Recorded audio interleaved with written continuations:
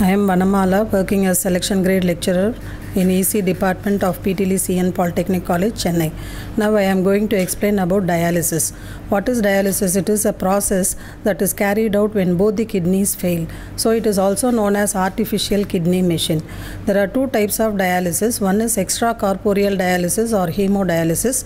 The other one is peritoneal dialysis or intracorporeal dialysis.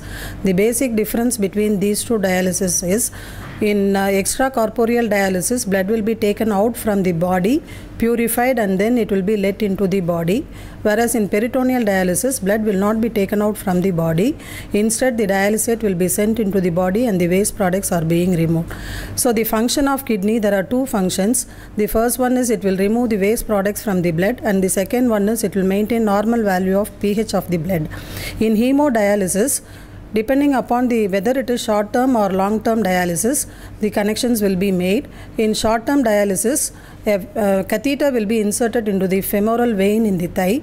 For long-term dialysis, an arteriovenous shunt will be fixed in the hand by minor operation.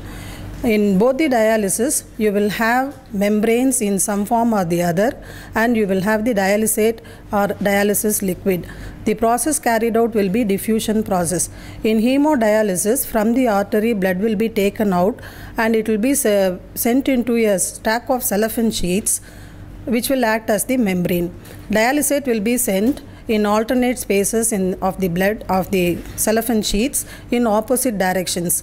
Diffusion will be carried out for some time, and later after diffusion, waste products from the blood will be transferred into the dialysate and minerals from the dialysate will be transferred to the blood. Then the waste products in the dialysate will be drained out.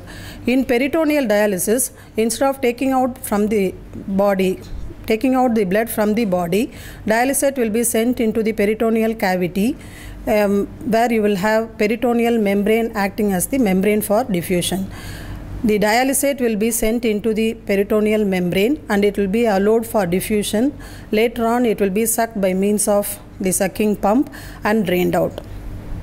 This is how the waste products are removed from the blood when both the kidneys fail by the process known as dialysis.